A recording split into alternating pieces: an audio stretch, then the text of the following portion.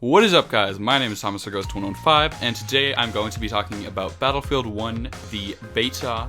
I am a Battlefield insider, so I got into the beta early. The first thing that I noticed was that it was quite different from Battlefield 4. Like, when you start into the game, it's very familiar, yet it's not the same game, and you very much notice that. It plays differently. Actually, in my opinion, it played a lot more like Bad Company 2 than Battlefield 4, which was kind of nice, because I really like Bad Company 2. I don't know, to me it feels like a very nice kind of like Bad Company similar thing. It's not like a Bad Company remake, but it feels similar. I liked a lot of the era specific like historical accuracy. Like, I'm sure there are tons of things that are historically inaccurate, and obviously there are things that are sacrificed for gameplay for obvious reasons, and there are a couple weapons that may not be appropriate for the time that the game is set in. I'm not 100% sure. I'm not a weapon expert, although I like to pretend I am. But yeah, there are a couple weapons that I'm not 100% sure on. But other than that, there's a lot of cool historical nods, and I'm not 100% sure about the accuracy of these things, so it might not be as like cool and historical as I think they are. But there are like a couple things, like the World War I phonetic alphabet being used. I'm not sure if it's actually accurate,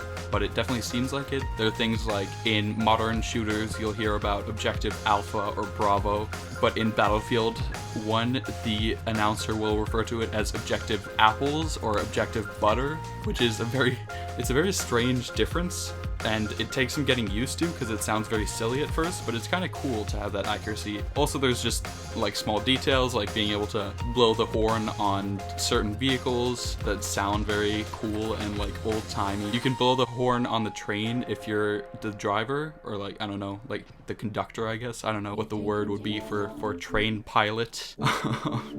But there are a lot of cool like historical nods and cool like era specific things that you notice in the game that kind of stand out to you. The one thing that did really annoy me though, there's a glitch where basically your classes won't level, so you can't like upgrade classes, like you can't get better weapons and stuff like this. And as far as I know, it is a glitch, and I know kind of workarounds to not be affected by it.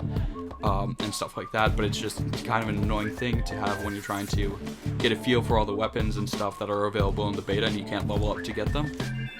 That's one thing that quite annoyed me, but there are a lot of cool things that feel very nice and fluent and just kind of cool, like different things. Like, one of the things I noticed was the flare gun, which oh man, the flare, I don't know if I have any gameplay of it for this video. I do have gameplay of it, but I don't know if I will have some that I can use in this video, so I'm sorry if I don't.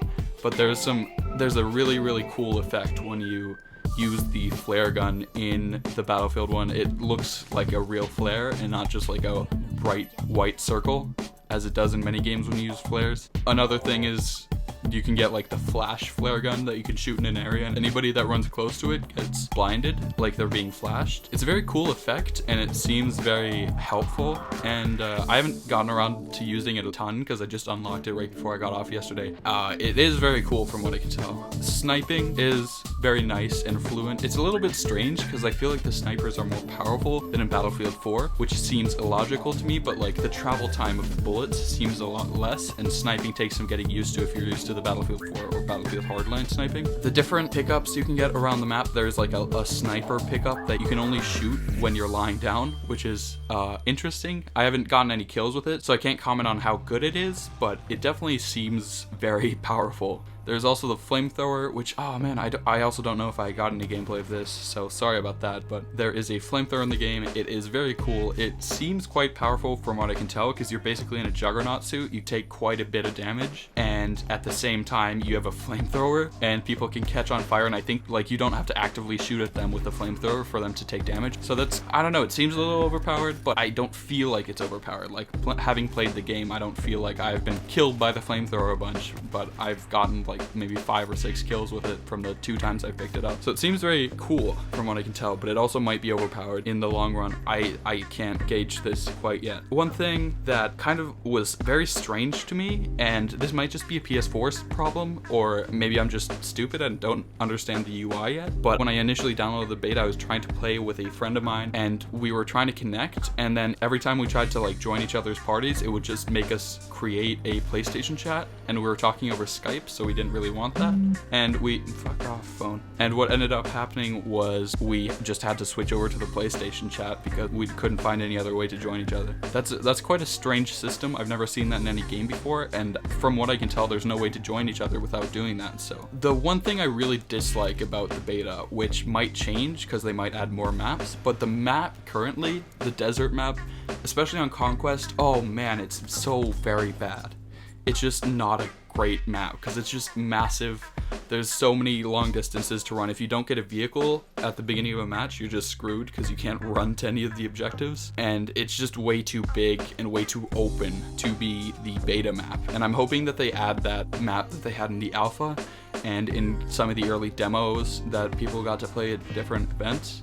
That map, which is kind of like on a island or like by the seaside. I can't really tell. There's like a lighthouse. You guys know what I'm talking about. It looks very cool. I hope that they're gonna add that map before the beta's over. I don't know, but the beta does last for quite a while, so I could imagine them doing that. Speaking of the game modes, Rush and Conquest, those are the only 2 game modes present in the beta so far. If they have any more game modes, I would expect them to add these game modes into the beta, but of course they might not, I'm not sure. I didn't really like Rush in Battlefield 4, but I really liked it in Bad Company, which is kind of what I was talking about earlier, how this game plays more like Bad Company. I really like Rush in this game. Feels like actual World War I, but you're both kind of like setting up this front, and that's where you both, like, you're clashing in the middle, and then it's just kind of like a battle to the death, where you all have to just like try as hard as you can. While in Conquest it feels a lot more like a traditional Battlefield game where, you know, you just go to the different objectives and kill the enemies that are there and try to take the flags and whatever. Rush definitely feels like a very cool like World War I type game mode. It fits very well for the time period. But on the note of Rush though, they're on the one map that exists right now. If you can get this area right here, you basically just have perfect overview over both the Rush objectives, and whoever controls that area basically controls the objective.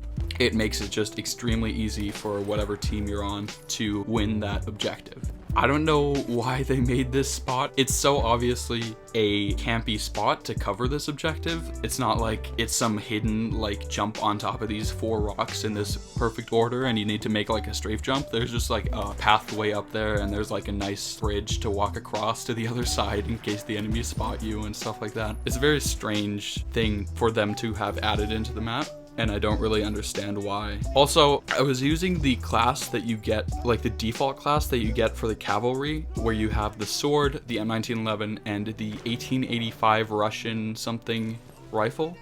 And that rifle without the scope, it's very good. It's so incredibly good. Every time a cavalry class is available, I'll take that and just ditch the horse because I love that class. Because you have ammo, you have health, you have a really, really good rifle, and you have a pistol. Just a great class. And I haven't upgraded my cavalry, so I haven't seen any of the options that you can change to on that class. But from what I can tell, that's just an extremely overpowered class. But yeah, what do you guys think about the Battlefield 1 beta so far? If you haven't played it yet, in my opinion, you should download it if you're a fan of any type of Battlefield games. And yeah, I just think I think it's a pretty good game. But let me know what you guys think, or if you guys are gonna play the beta in the comments below. And peace out.